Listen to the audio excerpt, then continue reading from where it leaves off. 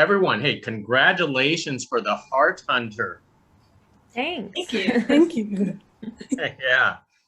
Heart Hunter, Heart Menders, Bleeding Hearts. This graphic novel is just full of hearts, isn't it? Yeah, it's a walking idiom. And also we remark congratulations on a successful San Diego Comic-Con presentation this past weekend for all three of you. Thank you. Thanks. It was exciting to introduce the trailer for Heart Hunter in particular. So that is great. So for those people who don't know about the Heart Hunter, could you give us a little brief synopsis of what this graphic novel is going to be all about?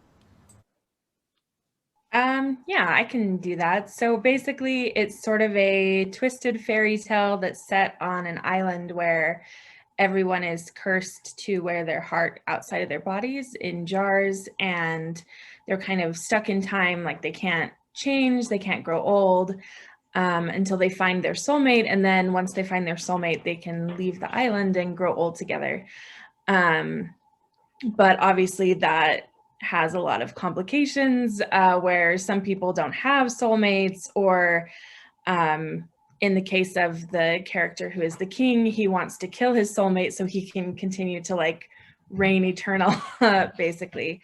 And our main character, Psyche, is a heart hunter who is someone who can see the bind between soulmates, and gets hired by the king to kill his soulmate. Most excellent. So I guess, Mickey, you could answer the first question. Is where the original idea actually came from? What sparked this for you?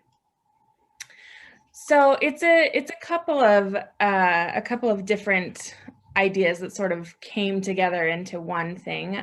One of them was the soulmate AU tag, like in fan fiction and on Tumblr and stuff. And there'd be so many of these trope tags that'd be like, well, if you find your soulmate, then you can see color in the world, or their name will appear on your arm.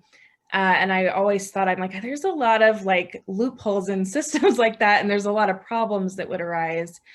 And then the other part of it is just from a purely creative aesthetic standpoint.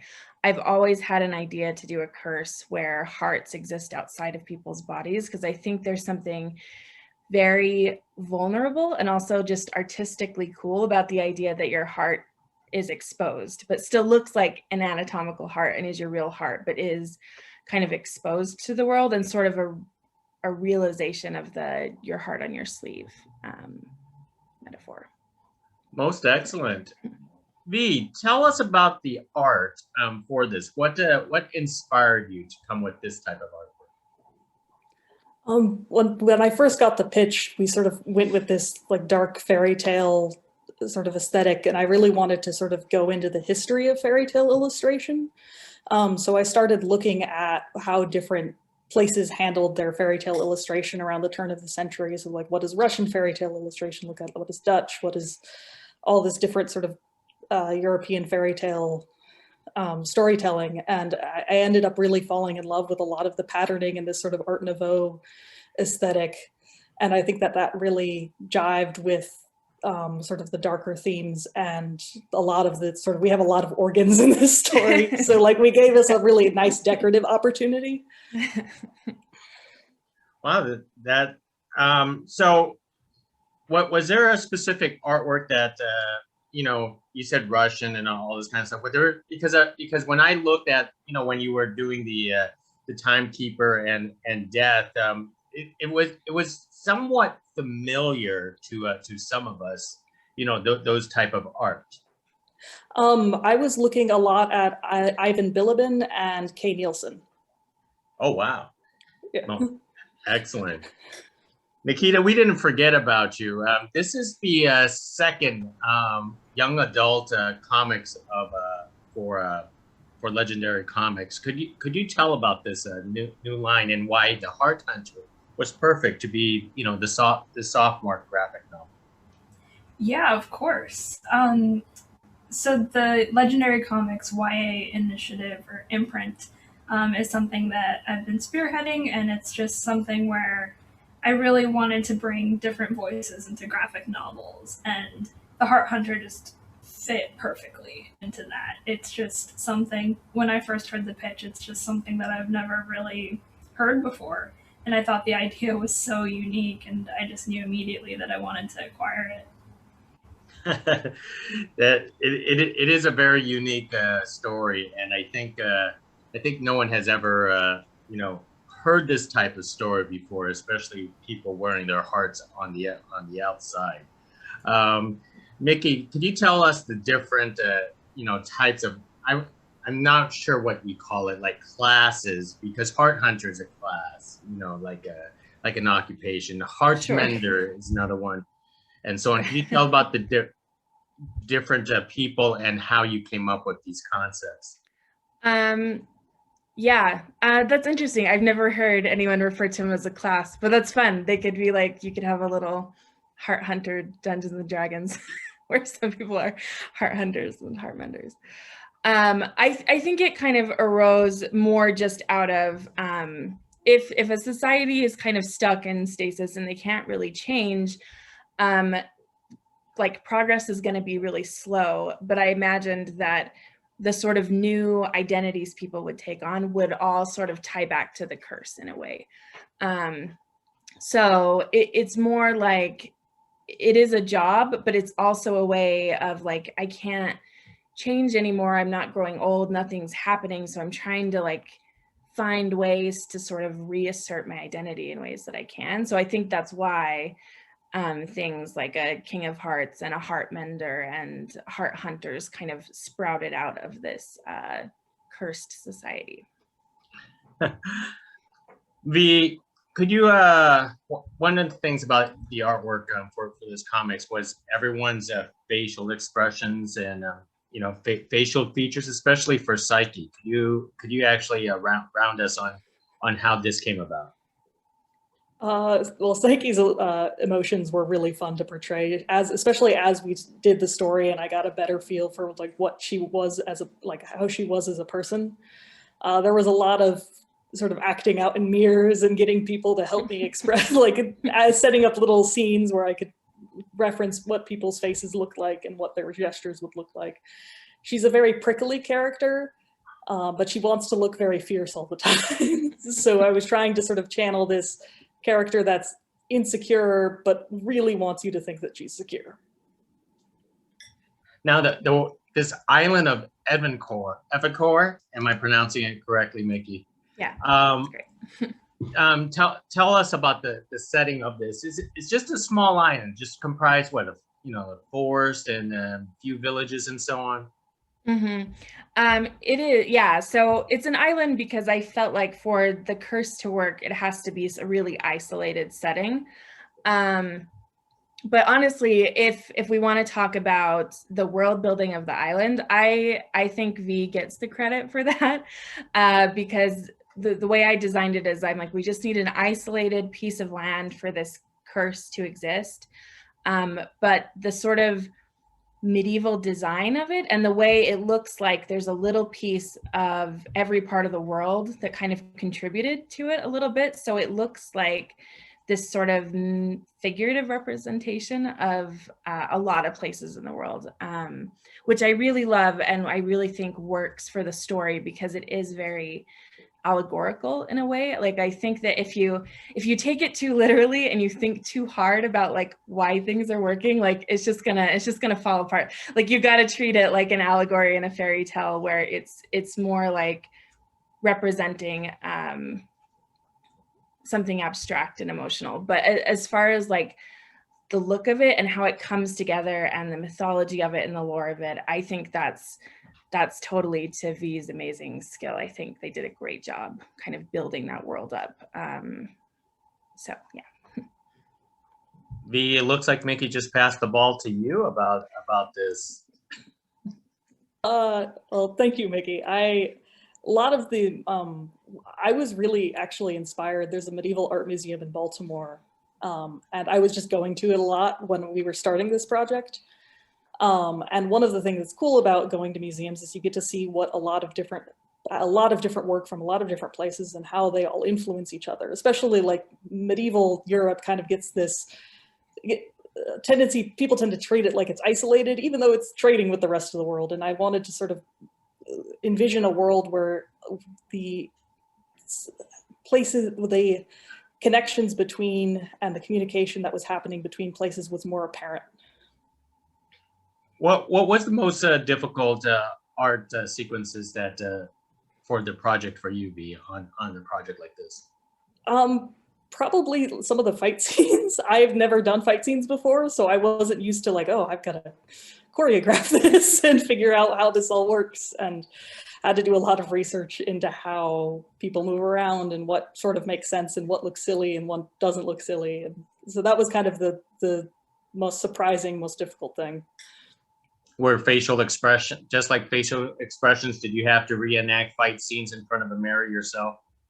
I did. I actually got some friends together and we would be like, okay, so if you stab someone, like, what do you do? What's your body want to do? What makes sense? What facial expressions are you making? It was fun. That is funny. And I also didn't do a lot of fight scenes before this. So poor V, the script is often like, and they're fighting right here. And like, that's it. Like, there's no other description. It just says like, and they're fighting some more. So do what you want. That's your job. Nikita, could you tell us when this project first landed on your desk, what was it and how it transformed and evolved into the final project that we actually got today? Yeah, that's a good question. It was actually, at least the premise itself, it has stayed true throughout the whole process. There's definitely a lot of mythology questions that we figured out while writing the scripts. And yeah, in terms of getting the art in every day, I just loved seeing Mickey and V's collaboration grow. If you look at the first script, the panel breakdowns are all there. And then as you get into the later chapters, you could tell Mickey just trusted V, and I did as well, just looking at the pages that came in. And we were both just like, V can handle this. It's no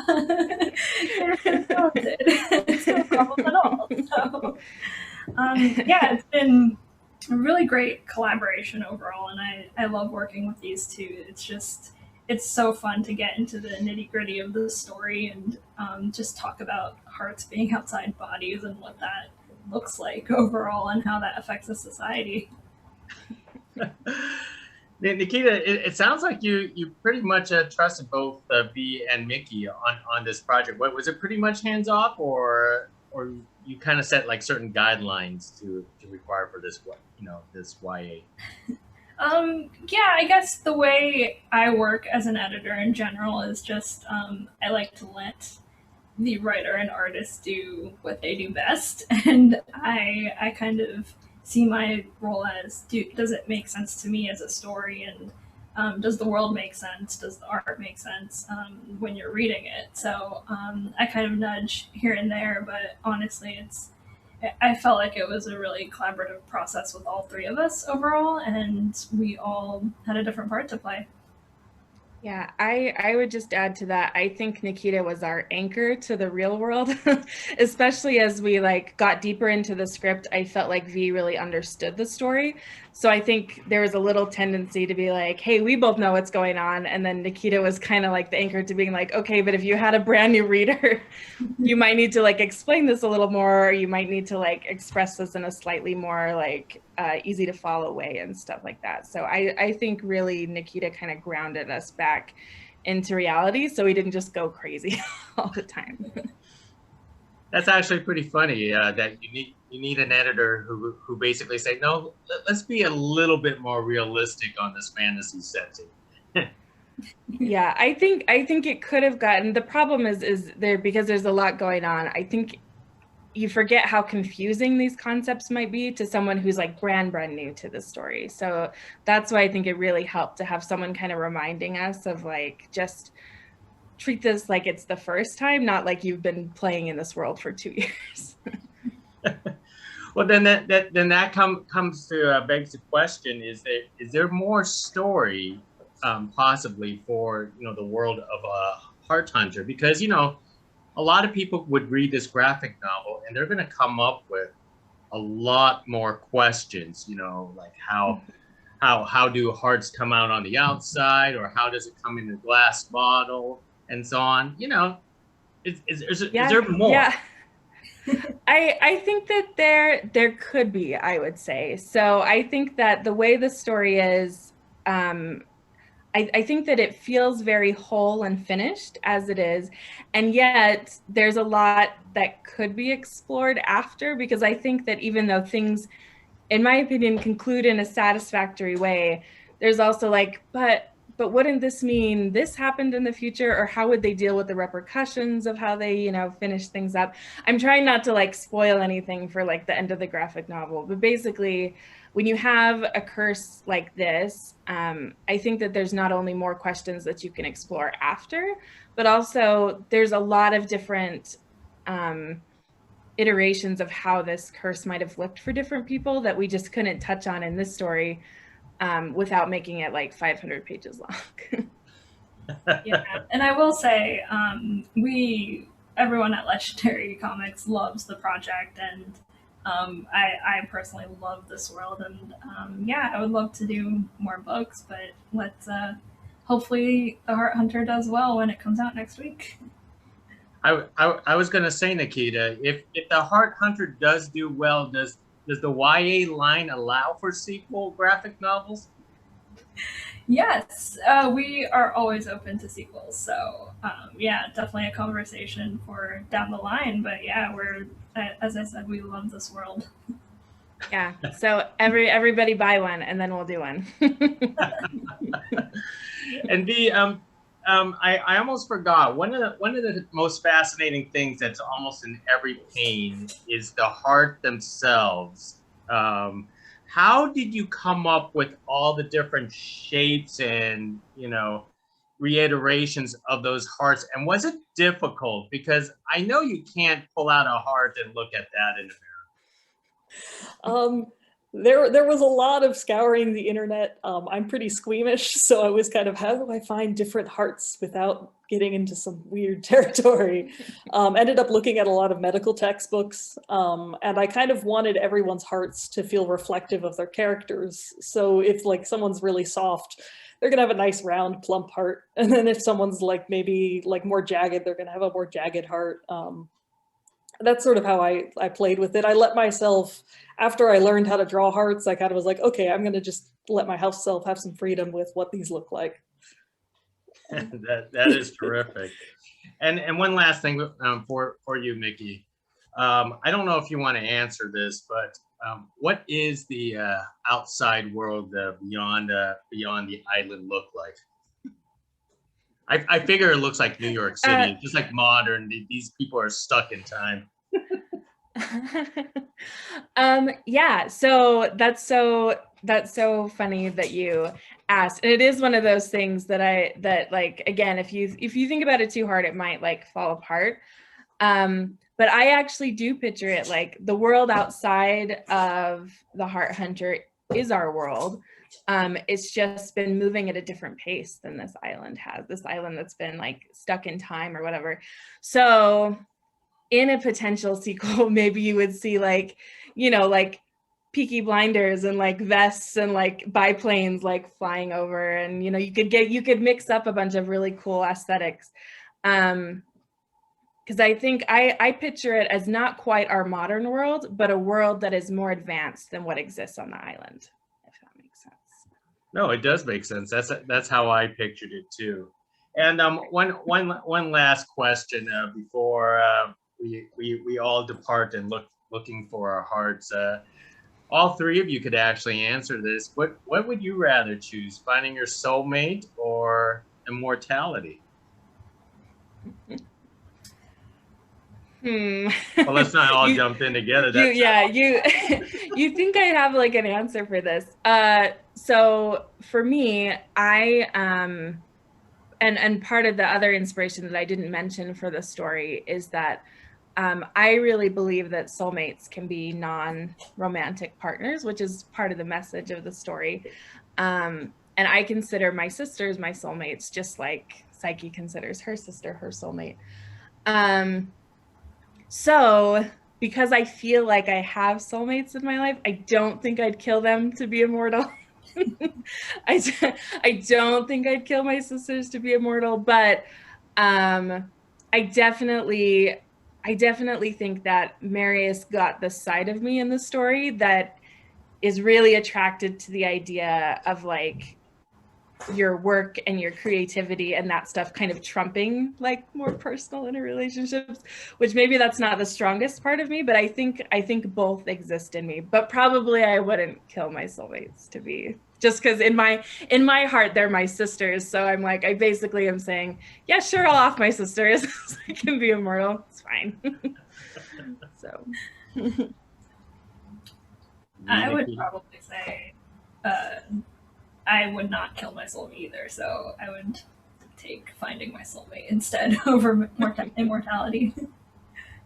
Wow. NV, last word. I think I'm on the same boat. I think that I don't think I could kill my soulmate for immortality. Not sure what I would do with immortality either. So. Right. There is that too. Yeah. And I think that's the other part of the story actually, is that immortality is not as great as it maybe appears once you're kind of like stuck like that for a while.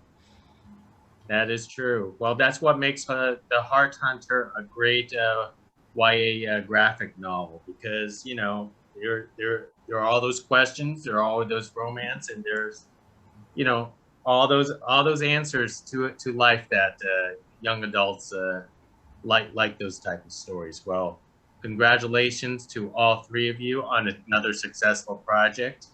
I can't wait to talk to all of you again on your next projects. Yeah, thanks for having us. It was a fun interview. Thank you. Appreciate it. Next time.